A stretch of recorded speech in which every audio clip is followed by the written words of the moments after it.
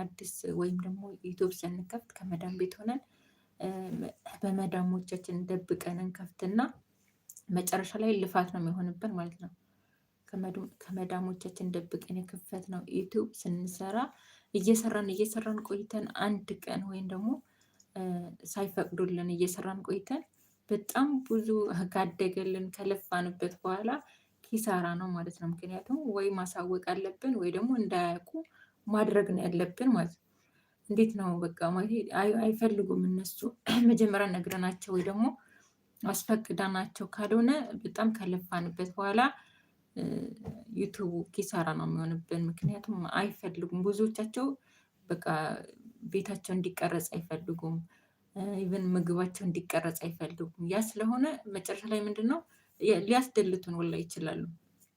ስለማይፈልጉ ይሄ እንደዚህ ቀርጸሻል እንደዚህ አድርገሻል እና ብለው ሊያስደልቱን ሁላ ስለሚችሉ ከመዳን ቤት ሆነን ዩቱብ ስንሰራ ማወቅ ያለብን ነገር ነው ማለት ነው። ወይ ማሳወቅ አለብን ወይ ደግሞ እንዳያውቁብን መጠንቀቅ አለብን።